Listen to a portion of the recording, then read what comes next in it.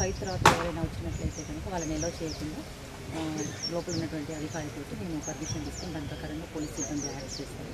So దాని తర్వాత వాళ్ళకి టోకెన్స్ ఇచ్చి ఆ ఎలక్షన్ ప్రాసెస్ పోల్ డే అనేది కంప్లీట్ చేసిన తర్వాత వాళ్ళు పోలింగ్ మెటీరియల్ మొత్తం అంతా వాళ్ళు రెడీ చేసుకున్న తర్వాత మా రూట్ మొబైల్స్ ఎస్కార్ట్ తోటి వాళ్ళకి రెస్పెక్టివ్ ఏదైతే ఇయర్ మార్క్డ్ డిఆర్సీ సెంటర్స్ ఉన్నాయో కౌంటింగ్ సెంటర్స్ అక్కడి వరకు ఎస్కార్ట్ ఇవ్వడం అనేది జరుగుతుంది. మేడం వనపర్తి జిల్లాలో 191 పోలింగ్ కేంద్రాలు ఎక్కడైనా చాలా చాలా ప్రశాంతంగా జరిగింది. వనపర్తి డిస్ట్రిక్ట్ మొత్తం 191 పోలింగ్ స్టేషన్లలో కూడా మనకి 67 సమస్యాత్మక కేంద్రాలుగా మనము గుర్తించడం జరిగింది. సో ఎక్కడ కూడా ఎటువంటి ఇష్యూస్ రాలేదు. కొన్ని కంప్లైంట్స్ రావడం జరిగింది. సో వాటిని ఇమీడియట్గా మనకున్నటువంటి ఫోర్స్ తోటి, ఎందుకంటే మనం ఇక్కడ 80 వార్డులను కూడా మనం 3 నుంచి 5 వార్డులు ఒక క్లస్టర్ లాగా చేసుకొని ఈచ్ క్లస్టర్కి ఒక ఎస్ఐ అధికారిని నియమించడం అనేది జరిగింది. సో వాళ్ళ అండర్లో చాలా ఫోకస్డ్గా డీసెంట్రలైజ్ చేసి మనం పోలీసింగ్ అనేది చేయడం జరిగింది. సో అన్ని ఇష్యూస్ కూడా మనం ఇమీడియట్గా ప్రాంప్ట్గా అటెండ్ చేయడం జరిగింది.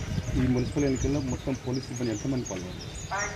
880 వరకు మనకి పార్టిసిపేట్ చేయడం జరిగింది. ఇందులో వనపర్తి డిస్ట్రిక్ట్ పోలీస్తో పాటు ఇందులో లా అండ్ ఆర్డర్ ఏఆర్ పోలీస్తో పాటు బయట నుంచి వచ్చినటువంటి సిబ్బంది, టీజీఎస్పీ, సిటీ నుంచి వచ్చినటువంటి సిబ్బంది, తర్వాత forest department, metrology department, excise department, so అందరూ కలుపుకొని ఒక 880 వరకు పోలీస్ బందోబస్తు అనేది వేసుకున్నాం.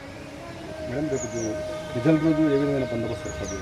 సో ఇప్పుడు ఈ పోలింగ్ అంతా అయిపోయిన తర్వాత వీటిని కౌంటింగ్ సెంటర్స్కి మనము స్టార్ట్ ద్వారా మనం అక్కడ తరలించడం జరుగుతుంది. తర్వాత మనకి ఎలక్షన్ గైడ్లైన్స్ ప్రకారంగా అక్కడ 3 tier పోలీస్ బందోబస్తు అనేది మనం ఏర్పాటు చేయాల్సి వస్తుంది.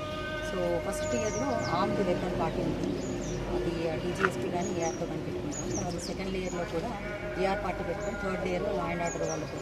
సో 3 రకాలుగా 3 tier పద్ధతిలో మనం పకడ్బందీ పటిష్టమైన బందోబస్తు ఏర్పాటు చేయడం జరుగుతుంది. మేడం ఇంకోటి, ఇప్పుడు ఈ హైవే మీద ఉంది కదా కౌంటింగ్ సెంటర్, చాలామంది ఇప్పుడు ఏమవుతుందంటే ఇక్కడ యూటర్న్ అట్లా తీసుకోకుండా ఇట్లకెళ్ళి చెప్పి కొంచెం ప్రమాదకరంగా ఉంది. అయితే మేడం ఆ విషయంలో ఏమన్నా బందోబస్తు ఇక్కడ కౌంటింగ్ కేంద్రము మహిళా పాలిటెక్నిక్ కాలేజీలో ఏర్పాటు చేశారు. అది నేషనల్ హైవే పక్కనే ఉంది. నేషనల్ హైవే పక్కన ఉండడం వల్ల జనరల్గా పబ్లిక్ ఇంట్రెస్ట్ మీద వస్తారు మేడం. రిజల్ట్ కోసం ఉత్సాహం ఆసక్తి ఉంటుంది కాబట్టి వస్తారు.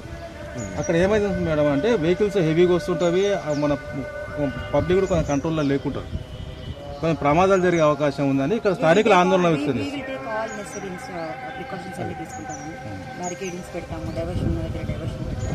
పబ్లిక్ రోడ్డు మీదకి రాకుండా చూసుకోవాలి.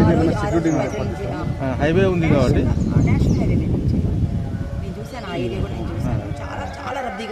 రద్దీగా ఉంటుంది మేడం. పబ్లిక్ వస్తారు మేడం, అడ్డం వస్తారు. ఇప్పుడు ఎవరిని కంట్రోల్ చేయలేము మేడం ఆ సిచ్యువేషన్లో.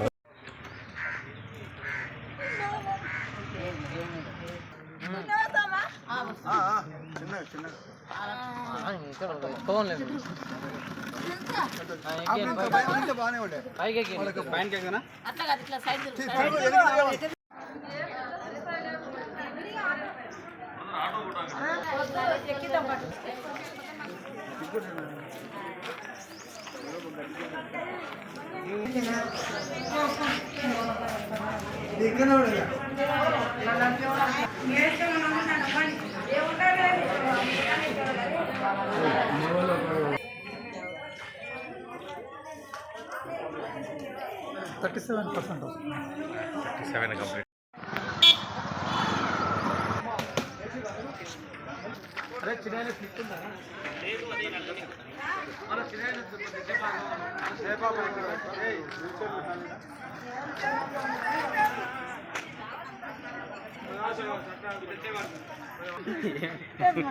చిన్నమ్మ నాయన ఇది ఒక్కసారి ఓటు వేపించుకుంటా ఏది బాలా పాప ఈ వయసులో ఓటు